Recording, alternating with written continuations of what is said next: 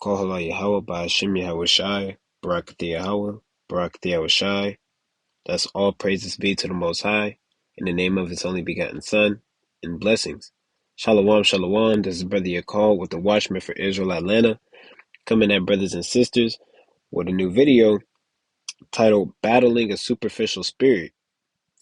Alright, this is something we all go through. You know, we all have the moments where we can feel a little bit superficial. Now I'm gonna get the definition, but before I do, I want to give everybody who's tuning in a hearty shalom. You know, just giving all praise and honor and glory to the Most High for making your bodies number one a living sacrifice, and number two putting it in your spirit. You know, I thank the Father for putting it in your spirit to want to be edified and grow in His truth and in His knowledge. So call halal Yahweh by Hashem Yahweh Shai.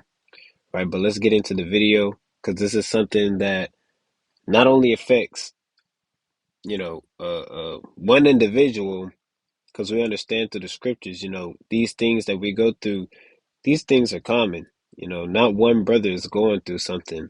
A brother may think he's going through the worst demon out there, and it's like you got a whole sanction of brothers going through that, you know. So, you know, this is for brothers and sisters. We've all been in the spirit, whether we like to admit it or not. But this is going to be battling a superficial spirit. So before I begin, I want to go into what the word superficial even means, because it's kind of a word that's not really brought up too much, but nonetheless, it is a heavy spirit. Um, so this is the word superficial, um, and it means not having. So like, let me highlight it. It says not having or showing any depth of character or understanding, right? AKA, it means to be shallow. It means to be artificial. It means to be, looking for things that are unimportant and vain. You're basically chasing things that are, you know, will come to naught in the end days, whether it be money, whether it be a new house, whether it be, and not saying you can't get a new house because, you got to live, but chasing things to an extent to, it's going above and beyond what you actually need. You got people in the world, they chase certain things. They chase money, fame, and fortune, and these things are superficial. Why? Because these things are vanity. You don't need these things to survive. No. And there's nothing wrong with, wanting to have fun, here and there, but we got to remember, we represent the Lord.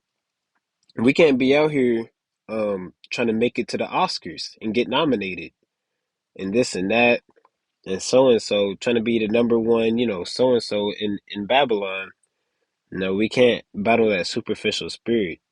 And the reason I say, we go through it, many of us go through it, is because, at one point in time, we may have looked back on the world and been like, I could have made it, you know, if I would have so and so. I don't want to say the words because I don't want to put it in anybody's spirit to think like that. But, sometimes we do tend to think, and our mind does tend to wonder, what it would have been like if I, continued my path on so and so. You got certain people, they dropped out of school to give their life to the Lord, and that's a beautiful thing.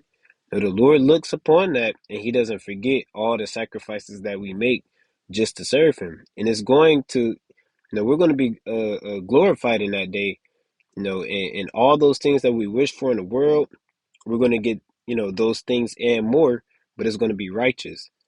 So the point of this video is to, boost a brother or sister spirit that may have looked upon the things of the world and may have yearned for it, but now they've come into the truth and they realize, well, I can't be a bag chaser anymore, or I can't, do the things that I wanted to do in the world because those things, are vain, but these things are coming to the kingdom, right? And it's not going to be for vanity, right? These things are going to be, our rewards, you know.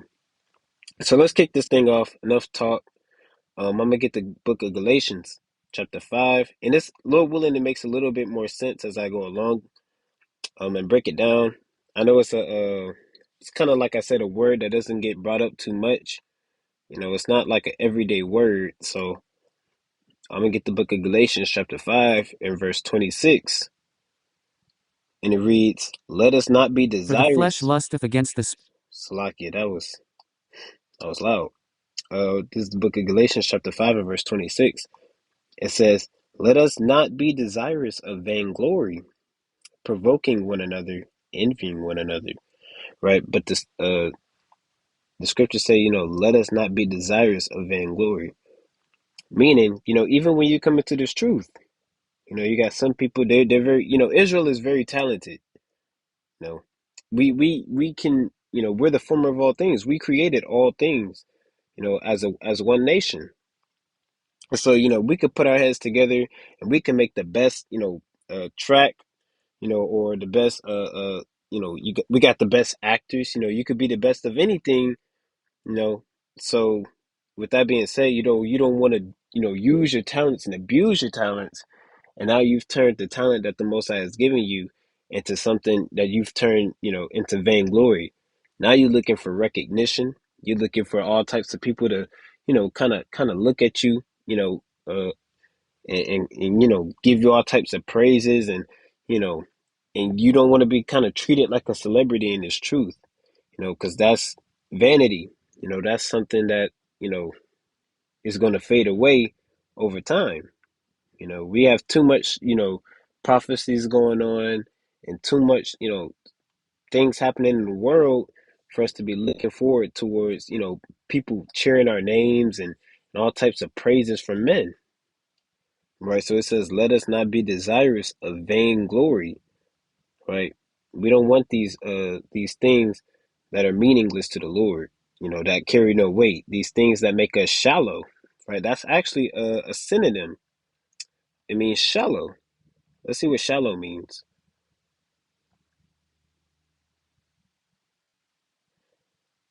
It says not exhibiting or requiring or capable of serious thought. Kind of want to get the full definition. It says of little depth. Let me see. Bear with me. This is going into like actual depth.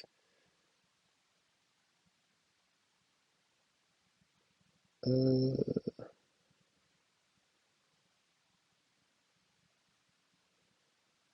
it says things that aren't very deep.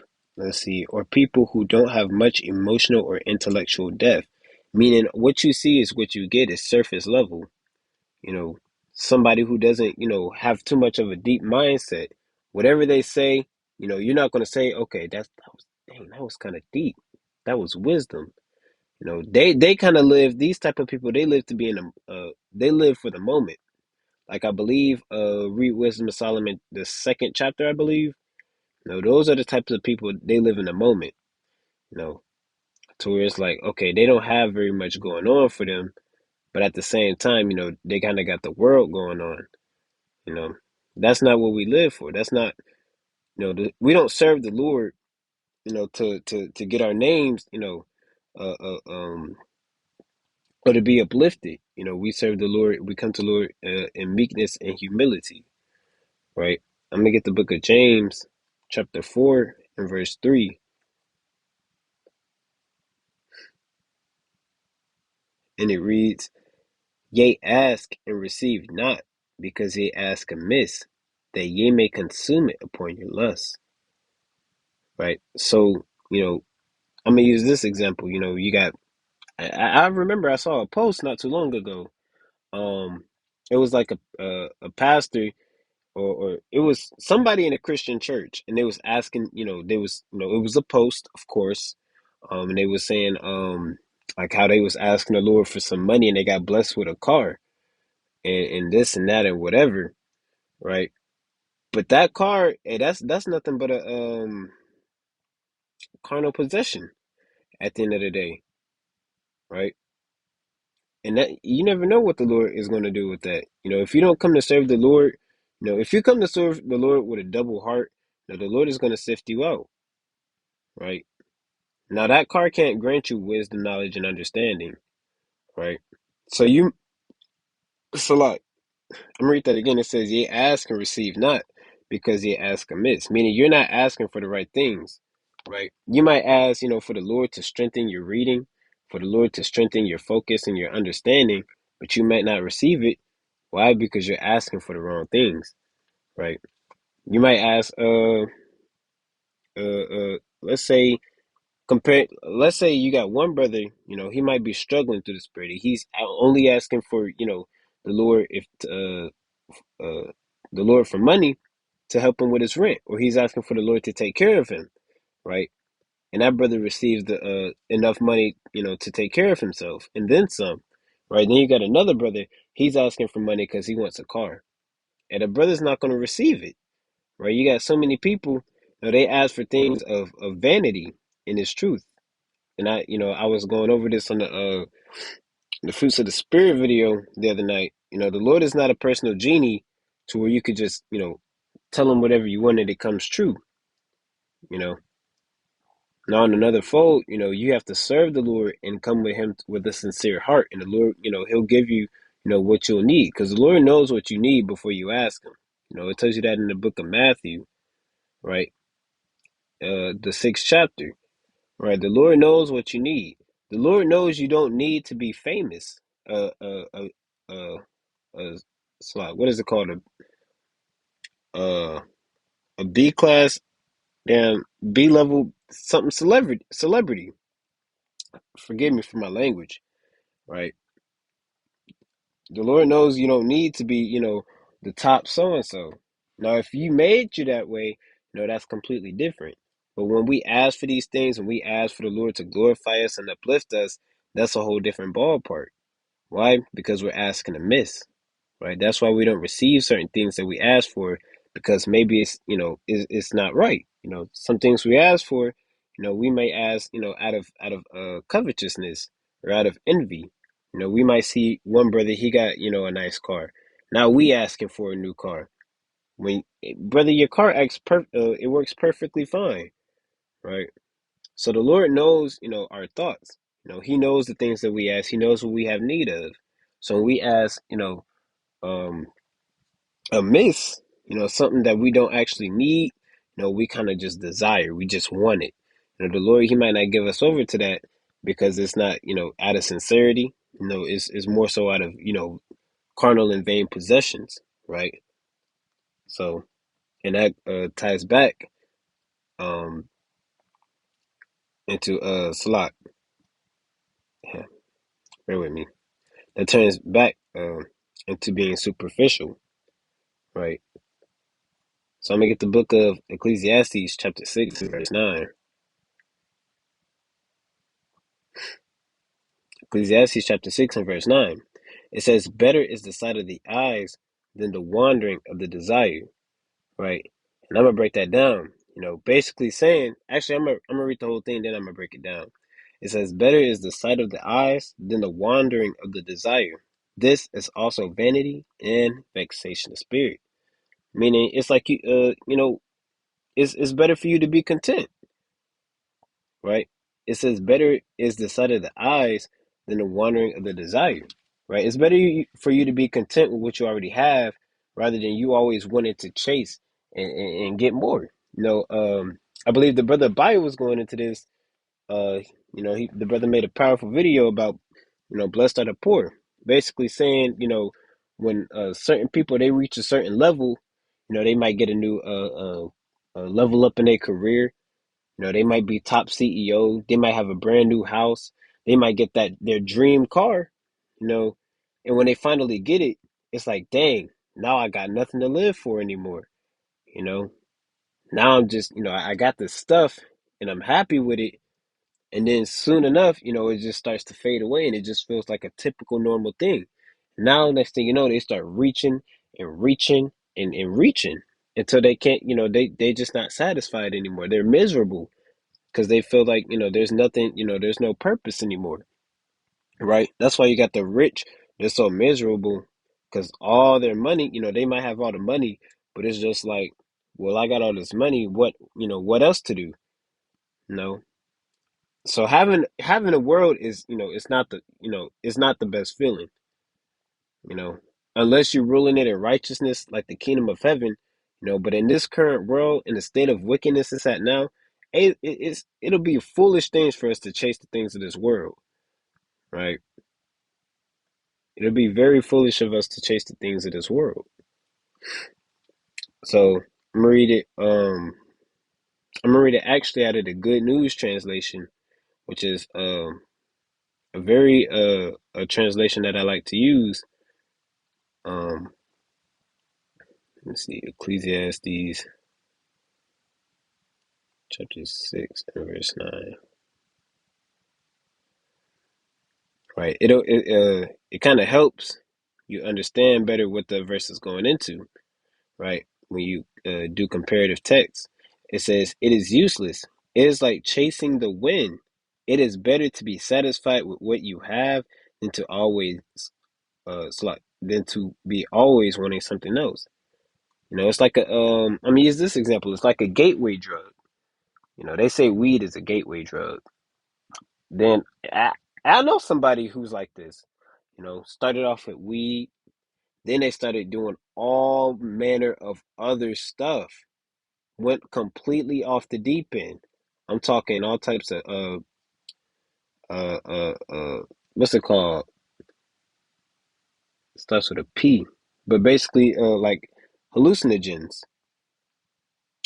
Um, she's I don't want to put them out there, but they kind of started doing shrooms, and this is somebody in the world, nobody in the truth. Um, but they kind of started doing shrooms to get a high, because that gateway drug, they seeking more and more and more, until they be satisfied, which, these fleshly bodies can never get enough. These spirits that's residing in these fleshly bodies, it can never get enough, right? So it's kind of like a gateway. You don't want to get into a place where now you falling back into the world and all you want is just more and more and more. Next thing you know, that's how people sell their soul. You know, sell their soul, air quote. You know, they start, kissing up to Esau, kissing up to the heathen so that they could be climb the ranks, on the left hand side, so that they could be the top celebrities. I think it's called an A list. Yeah, it's like I said B class earlier. I meant to say B list, right? But now you got A list celebrity. Everybody knows about Beyonce. You know, Beyonce didn't make it to the top with just sheer talent. You know, there was of course witchcraft going on, sacrifices. The sister talking about she charging her crystals. No, there's all types of manner of evil to make it to the top. So it's like once you enter into that lifestyle of you live in shallow, you trying to live in the fast lane, you trying to get the riches of the world and carnal vain possessions that's not going to last very much longer, right? You're just going to keep reaching and reaching and reaching because you can never be satisfied, right? So I'm gonna get the book. We're gonna continue on with this thing. I don't want to be too long-winded on one point because there's so many scriptures that actually go into this. So I'm gonna get the book of Luke, and I mean a lot. I'm just, kind of scratching the surface. The Lord does not want us. The Lord tells us, to be renewed in our mind. We can't have the same mindset we had in the world of chasing money. You know, and I keep saying money because the money is the root of all evil. You know, and that's something we're heavy on because why we never have much, but the Lord He looks upon the poor. So it's better for you to be poor than for you to be rich, you know. And the Lord is dealing with you, because like the brother Abai, he made beautiful points. Like the brother was going into, once you start, getting money, you lean on this slot. I'm stuttering a lot. Forgive me for my speech, but you depend on the Lord less and less, until eventually you feel like you made it. You at the top, you're the CEO of 8 companies, right? You making, you know, more than 6 figures in a short amount of time, right? You don't need, you got all types of contracts and signed with all types of agencies and this and that, right? You're at the top. You have more than your heart could wish. Your heart stands out with fatness. but now you don't pray to the Lord like you used to. Why? Because you got enough. You feel like you have enough, and that the Lord, you kind of made it on your own, and that's where pride kicks in. Pride, all types of manner of you know wicked spirits start to creep in. With riches. I believe it says in Sirach. Um, I don't want to butcher the scripture. I'm gonna see if I can find it though. But let me see if I can roughly paraphrase it. It talks about through business. Dang, let me see if I can find it. Bear with me.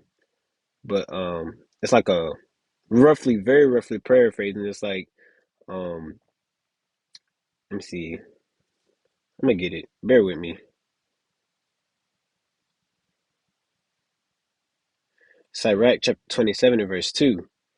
It says, "As a nail sticketh fast between the joinings of the stones, so does sin stick close between buying and selling," aka money transactions, right?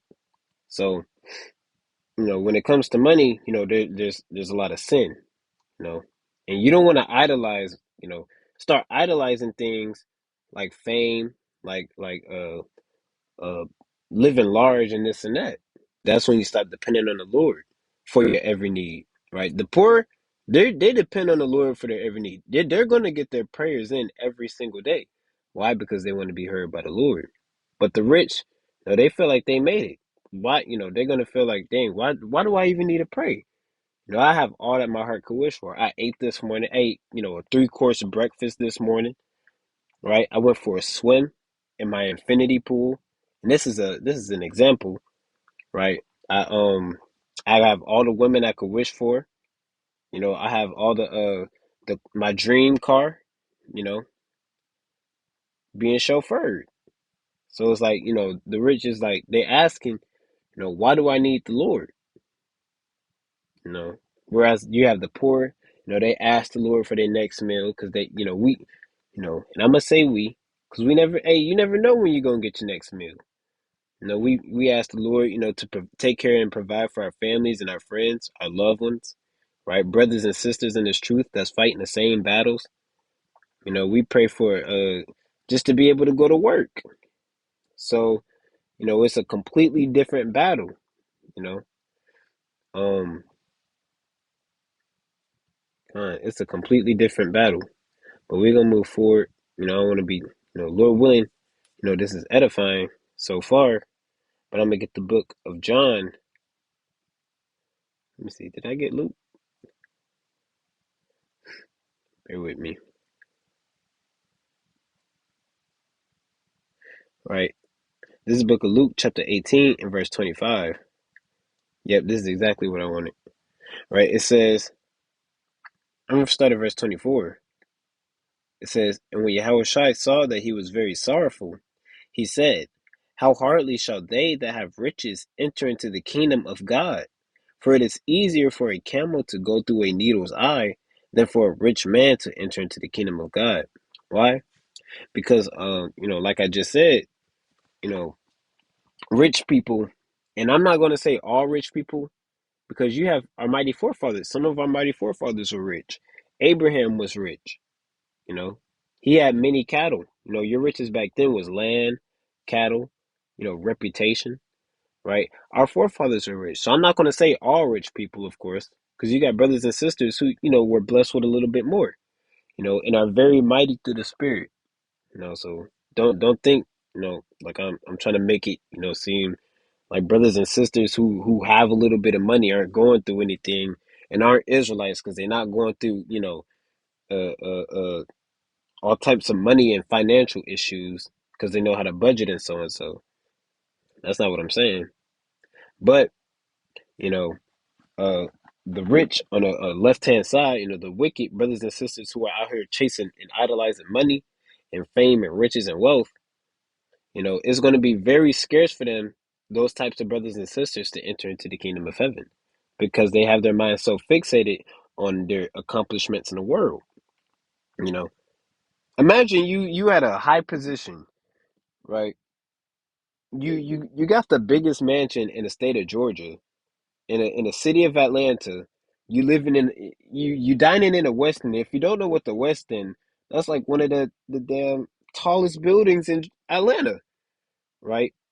And it spins around, right? That top floor is a restaurant, and it spins around. And I mean, this tall skyscraper, you can see the whole entire state, and it spins around at that top floor, and you dine in there every night, right? You think a rich man is going to want to come down from that to eating ramen noodles every day when he can? No, right? It's going to be hard to humble a rich man. It's going to be hard to get that rich man on a low level. And like I said, not every rich man, but by and large, because we understand we got brothers and sisters in this thing, right? You got celebrities who are in this truth, all praises, right? But again, that doesn't take away from the point that, the Lord, He seeks those who are meek and who are humble. The Lord loves the poor, right? The poor are very precious to the Lord. So I'm gonna get the book of First John,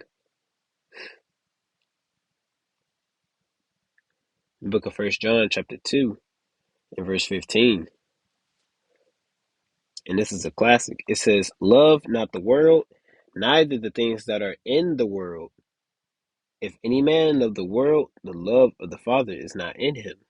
Right? So you can't be obsessed with, loving the world. And I don't want to, beat a dead horse, but you don't want to have your rank to be the top so and so, in Esau's kingdom.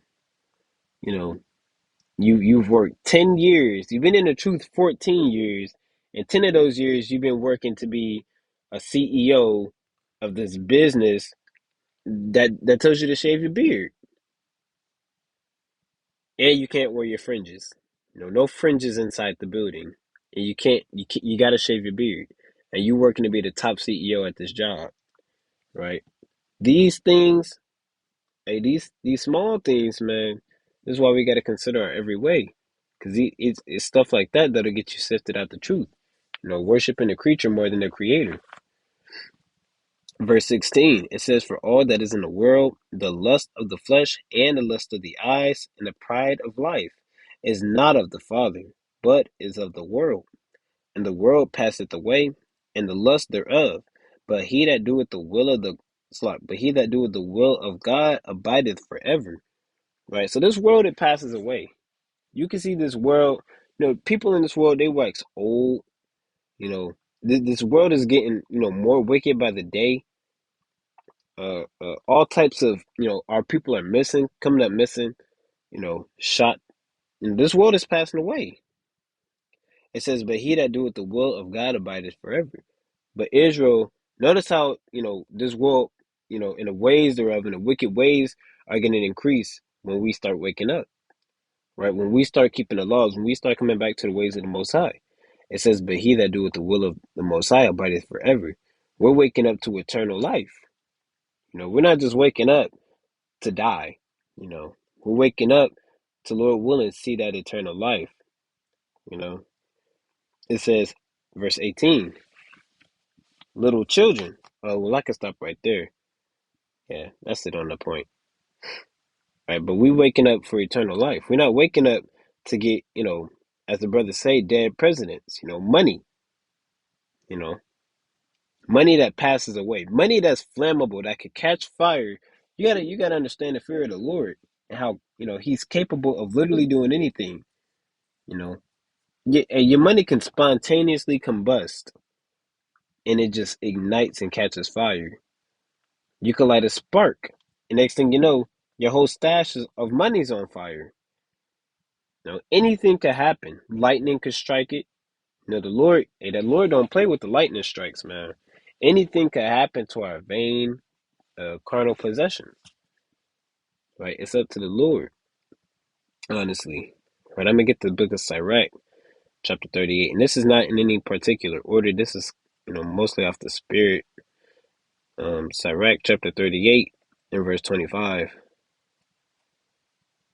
It says, "How can he get wisdom that holdeth the plow, and that glorieth in the goad, that driveth oxen, and is occupied in their labors, and whose talk is of bullocks?" And this is why I say, we have to check ourselves. You know, And many of us in this truth, we don't want to be, we don't want to be the top, so and so. We don't want to be the top CEO at Apple. We don't want to be working at Google. We don't want to be, in, owning Nike, man. We don't want to be doing these things. No, but the reason I say we have to check ourselves as well is because sometimes we get so caught up in work that, it kind of takes our mind and distracts us from this truth. I've fallen victim. We got to pick ourselves back up. I'm going to read this verse again. It's Sirach chapter 38 and verse 25. It says, how can he get wisdom that holdeth the plow? Meaning you always at work. And this is on the left hand side, you just at work. This isn't going into, holding the plow spiritually, right? Because if you were holding the plow spiritually, you would, obviously get wisdom, right? But this is talking about physical labor. You going to work. You can't get work when you putting in extra overtime at your job. Now, it's understandable when you gotta make sacrifices and you gotta, go to work and feed your family, but that's when the fear of the Lord comes in, right? And you start depending on the Lord. That's why, it's gonna, the poor depend on the Lord even more than the rich, right? Whereas, the rich, they just at work because they gotta always chase a bag, you know. It says, how can he get wisdom that holdeth the plow, and that glorieth in the goad, and that driveth oxen? And this, you got to pray for. You got to pray that the Lord, gives you enough, money to take care of your family and your household. You know, like I said, the poor depend on the Lord. It says, and that glorieth in the goad, that driveth oxen, and is occupied in their labors, and whose talk is of bullocks. So even their talk is of, work. How, checking the stock market, investing. All you do is talk about the stock market, you know, and investing in crypto. Now, I don't know too much about it, but you got some people, that's all they talk about is crypto and doubling, putting in, all types of interest in 10 years. And, we're not looking forward to the next 10 years in this place. 10 years, we looking forward to crowns and to fringes, on everybody. We're not looking, for the next 10 years being, I don't even want to say it, man. I don't, I don't want to get vexed, speaking, these words, but we're not looking forward to another 10 years here, honestly, right? So definitely imperative, to understand, sometimes you gotta, make more sacrifices for the Lord and get the wisdom while you still can because this these carnal currencies and money, yes, it's a defense. Yes, we needed to, live, in this captivity, but at the same time, how much more, serving the Lord, for one who put us in this captivity as a punishment, and for two, is able to make a poor man rich. It is an easy thing for the Lord to make a poor man rich, you know, and sustain us, you know. I encourage everybody to read Matthew chapter 6 because it goes into, not having any worries, any needs, casting all your needs upon the Lord, and allowing Him to take care of you, right? So I'm gonna get the book of John chapter 14 and verse 2.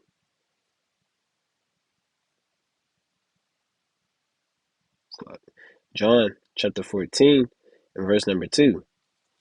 Because it's important to understand, man. When you read the scriptures, not only are you laying up spiritual riches, you're carrying on. It's like an investment, right? Every work that you do that's positive, right? You earn extra. It's like spiritual riches. You laying up your riches in heaven, right? It's like you depositing your bank it's like you depositing your money in a bank, that's way beyond any bank that's on this world or that's of this world, created by the so-called white man and Amalekite, right? You depositing, your money into the Lord's bank, and that's going to go towards your life in the kingdom of heaven. every work that you do contributes to how, it's like to how your life in the kingdom of heaven is going to be. Whether you make it to the kingdom of heaven, you just barely made it, right? Or whether you live prosperously, you got all types of land, right? You rule in all types of cities and so and so. Now, whether you be a part of the elect or whether you be a part of the rest of the remnant, So everything that we do governs how our life is going to be like in the kingdom, whether it be, uh more of an office or less of an office, right? So this is John chapter 14 and verse 2. It says, "In my father's house are many mansions. If it were not so, I would have told you, I go to prepare a place for you." Right, so we got to think, because me personally, and I could testify to this, the place where I work is surrounded by mansions. You got Edomites, you got Jakes living in all these mansions around, this small little building that I work at, and I have to, deliver to these places. I have to pass them every day, you know, and you see Esau coming out of it, you get vexed. You see Elon coming out of these giant mansions, you get vexed, right? But there's no need for it because it says, again, I'm going to read, it says, John chapter 14 and verse 2, it says, "In my father's house are many mansions. If it were so, I would have told you." It's like, if it were not so, I would have told you, I go to prepare a place for you. So you got to think in your head, every time you see Esau's rinky-dink mansion, every time you see Esau's, garbage skyscraper, residential skyscrapers, well, you got to think, in my father's house is many mansions. And I'm gonna be living in this and then some. I ain't got to worry about these garbage houses, that Esau thought he put together. Esau think he's doing it up in his kingdom. He got all this technology and this and that, but the kingdom is going to be like something we can't even our imaginations are so like in a box compared to how much more we're going to receive in the kingdom of heaven. You think you passed up a nice house, just wait. Continue to save up, in your spiritual bank, and lay up your treasures in the kingdom of heaven, and just wait. The Lord is asking for patience, faith, and keeping the commandments. You know,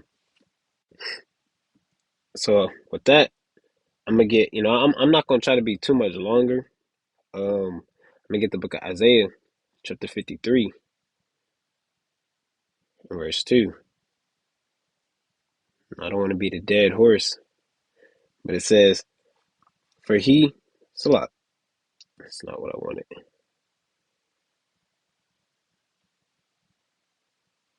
That is what I wanted. We ain't gotta get it. Yeah, that's it's what I wanted, but it's straying from the point. I'm gonna get the book of Psalms, chapter 34, and verse 18.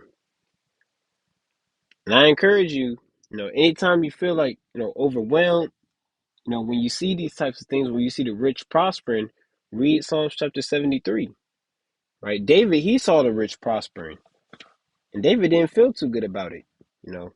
He said, "My feet had nigh well slipped," meaning David almost made a big mistake, you know, almost coveted and envied off the rich, but he saw how, the rich was doing wicked, and it seemed like there was no punishment coming to them, right?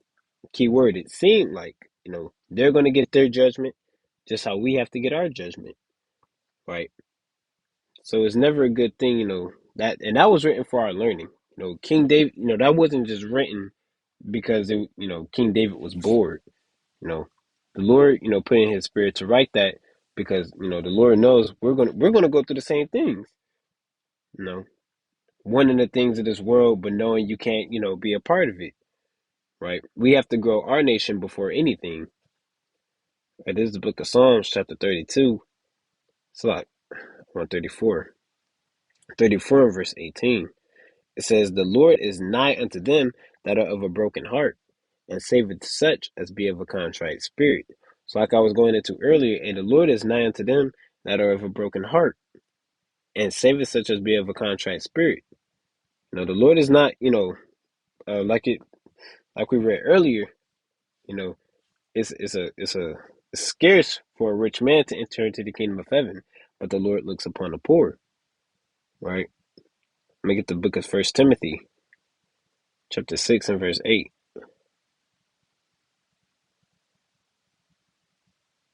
Slop. First Timothy chapter 6 and verse number 8, right? Because the Lord, He made, our lives like this for a reason. He made certain things harder for us to get for a reason. So that we don't, the Lord knows we're stiff necked. Coming out of Egypt, we saw the miracles. We saw the Red Sea split. And yet we were still stiff necked. We still wanted to return to the oppressor. We still wanted to be like the heathen, right? So the Lord brought us here. He humbled us down real low. And He said, I am nigh will unto you still, because you're poor, because you're broken, right? Because your heart is broken and you have a contrite spirit, right? And the Lord has given us just enough. The Lord has given us an abundance, more than enough. And that's on the physical, carnal side. That's not even going into the spirit, how we have more than enough, especially in the last days when His truth is being magnified on a level like it's never been before, right? Since we lost our heritage. This is First Timothy chapter 6 and verse 8. I'm going to start at verse 7. I'm going to start at verse 6. It says, but godliness with contentment is great gain, right? It says with contentment. You got to be content. You got to be happy with, what the Lord has blessed you with. It says, verse 7, for we brought nothing into this world, and it is certain we can carry nothing out. It's for it, without a shadow of a doubt, we can't carry any of this stuff out. You can't take your Xbox One with you to the kingdom of heaven. Now, I remember when I was young, I think this was back in 2012, when we thought the world was ending. I was at my best friend's house. We, carrying all the stuff that we wanted to take to the kingdom of heaven with us. And we was, I was like, bring the Xbox. The Xbox is not coming to the kingdom of heaven in 2012, man. We was bringing all types of games to play. We brought the whole Xbox outside, waiting for the world to be destroyed. Now that's off. No, it says, for we brought nothing into this world, and it is certain we can carry nothing out. It is certain we can't take anything with us, man. It says, and having food and raiment, you're not gonna take. It's like, I just want to make this quick point. You can't take nothing with you to the third heavens, man. It's just your spirit going up there. It says, and having food and raiment, let us be therewith content. The Lord said, I gave you food, I gave you clothes. What else do you need? You know. So what, you can't make it the payments on your car note, you know? So what, you like to get shut off, you know? The Lord could do anything. The Lord could bless you with a brand new car at no charge. The Lord could get you a whole new house, right? Paid up 6 months, And I like to say, the Lord always comes in clutch. Many times it seems like it's last minute, but that's on us on a carnal level. It's always the perfect timing with the Lord, right? It could be the day of and your rent isn't paid, right? 3 hours before, hey, that eviction notice gets printed, right? Your bills is paid, you know. So, the Lord, He comes in clutch every single time. And even though it may not seem like the Lord is coming in clutch, and the Lord has a plan for all of us, man. He has a lot for all of us. It says, I'm gonna read it again. And having food and raiment, let us be there with content. If you have food and raiment, and you're doing better than many, you're still breathing. And many people can't say they still breathing to this day. They can't praise the Lord in the grave, man. They can't give all praises to the Most High. They can't open up the scriptures and read the book of Sirach and get wisdom all day. They can't, read the Gospels, read the prophets, read the law. They can't read the law in the grave, right? It says, and having food and raiment, right? If you have clothing and if you have enough food, and brothers fast. I know, brothers could fast, man. So if you got food, and then you might throw in a fast, and you got clothes, you might have 2 pairs of clothes. You might have one shirt with fringes, It got the armpit holes in it. We all been there. It has the armpit holes in it. You might have cut, you got a blue marker, that's your border of blue, and you cut into a shirt and made it fringes, right? And that's like your only shirt. If you have that and something to eat, hey, it says, let us be there with content. Because you got to realize the Lord had no place to rest his head. You know, hey, some of our most righteous forefathers was homeless. David was always on the run. This is a mighty king, always on the run for his life. Meanwhile, and I'm not trying to, belittle anybody, but meanwhile, we complain about little things. We complain about, do I, do I want McDonald's or do I want Wendy's? Dang, the line at Wendy's is way too long. I'ma just go home. And then now you mad at home because you didn't get a 4 for 4 because the line was too long, right? So, we complain about, foolishness. We complain about madness. Our fathers were literally, heart thumping out of their chest on a run for their lives, and the Lord still brought them through the fire and refined them as fine gold, right? So we can't be superficial in this thing. We can't be shallow, man. We can't be on a level to, we only chasing certain things, but we're not chasing the kingdom.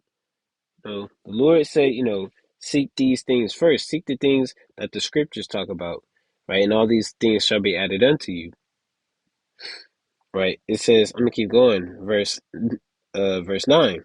But they that will be rich fall into temptation and a snare, and into many foolish and hurtful lusts. It's like, and into many foolish and hurtful lusts, which drown men in destruction and perdition. Right? These things of foolishness, right? These things drown men. It drowns their thought process to now all they can think about is getting money. Right? They wake up early in the morning, right? Just to get a bag, man. Just to get an extra bag.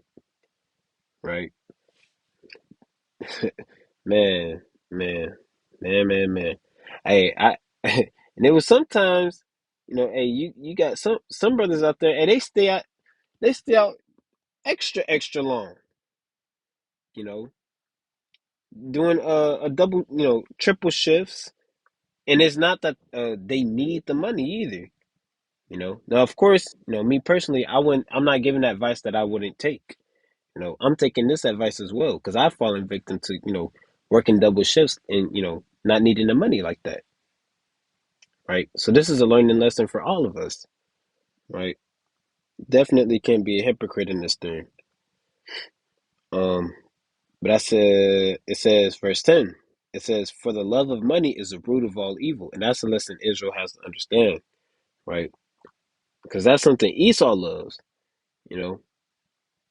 Esau named his son after my God is fine gold. Right? Go back to the book of Genesis and look that up in the Greek. I mean Slack, the Hebrew and the blue letter, right? His name means my God is fine gold, right? It says, for the love of money is the root of all evil. So it's evil to be chasing paper, man. It's evil to chase these things. It's evil to want to be rich. It's evil to want to be the top dog, right? And that's talking about in this evil, wicked queendom, man. It says, and follow, slide. I'm on the wrong verse. It says, which while some coveted after, they have erred from the faith and pierced themselves through with many sorrows. And the scriptures say, really the only time you should covet is to covet to prophesy, in the kingdom, of course. But if coveting wicked, vain things, it's not a good, it's not a good look, right? It says, and pierced themselves through with many sorrows. Why? Because they have erred from the faith. They have turned, like I was going into earlier, through the spirit. They have, their mind is so focused on getting, uh, the things of the world and leveling up in this world, you know, that they have erred from the faith. Brothers have fallen out of the truth because of money, the love of money, man. Right? You got to meditate on that. Brothers and sisters. There are brothers and sisters out there who used to look like me and you with fringes on and a border of blue. You know, you had sisters that used to wear their head wraps every day. They used to be in a dress all the time. But then what? They started loving money so much. They wanted to get rich, right? They wanted to sign contracts with Esau and become celebrities, right? They have erred from the faith and pierced themselves through with many sorrows. It says, and yeah, I'm gonna stop right there, right? I'm gonna get one more scripture, right? Well, I'm gonna get two more scriptures. This is Hebrews chapter 12 and verse 13. It's about 13 and 14. Right, this is Hebrews chapter 13 and verse 14. It says, "For we have no continuing city, but we seek one to come." Right? We seek a city to come. That city's Jerusalem. That city's the kingdom, right? The capital, right? We don't seek the city of Atlanta. No, I don't know any brother in this truth that wants to be in Atlanta. If you were in if you are a brother in Georgia, you don't want to be in Atlanta. Right? This place is sodomized. This place is wicked, full of thieves, full of eh, man. This place is evil, man. This place is absolutely wicked, right? We have no continuing city. Atlanta is not a continuing city. Houston is not a continuing city. Chicago, Detroit, Baltimore, these places are not a Miami. These places are not continuing cities, man. Every stone will be thrown down in these cities. These cities are built up to be destroyed, just like Egypt. It says, but we seek one to come, right? We seek the kingdom of heaven, right? And I'm going to get my closing precept of Romans, of course, chapter 12 and verse 2. It says, Romans chapter 12 and verse 2, it says, and be not conformed to this world, but be ye transformed by the renewing of your mind, that ye may prove what is that good, unacceptable, and perfect will of God. How about Shem Yahushai? Right, so it says, be not conformed to this world. Don't change who you are. Don't trim your ways to seek love. Right, don't change who you are just to fit in with this world. Right, don't change who you are, to try to fit in and become shallow. Right, you've given up. No, you used to be a revolutionary Israelite. You held your fist up, right? You wore the afro. You got the pick in the hair with the fringes on and a mighty beard, right? You went from revolutionary Israel talking about we got next all over your social media platform is nothing but we got next 144K kingdom bound, right? To now you they're making music videos with Edomites and heathens in the back, right? Don't trim your ways to seek love, right? You know, it's a constant battle every day, right? Don't give in to the riches of this world, right? Because like I said, these things profit nothing at the end of the day. A brothers get in that top position, man, and they get bored. They start to hate their life, man. And I've seen this, they display this stuff. Brothers in the top positions, they get bored and they hate themselves, man, because they feel like their life has come to naught. They did put all this work in, right, and they're miserable, right? But hey, we can't rejoice, anymore. You know, we're at full 100% max level of rejoicing because we understand that we're kingdom bound, right? We got the Lord on our side, fighting all our battles and listening to us whenever we, beseech Him, right? So with that, I'm gonna give all praise, honor, and glory, right? Lord willing, this lesson was edifying, right? I want to give all praise, honor, and glory to the mighty brothers, sisters on this call. It's a lot on this on this video who tuned in, to get edified. Lord willing, the Lord graces you with the right spirit in these last days. So with that, call Allah Yahweh by Hashem Yahweh Shai, Barakatam Yahweh, Barakatam Yahweh Shai, Shalom.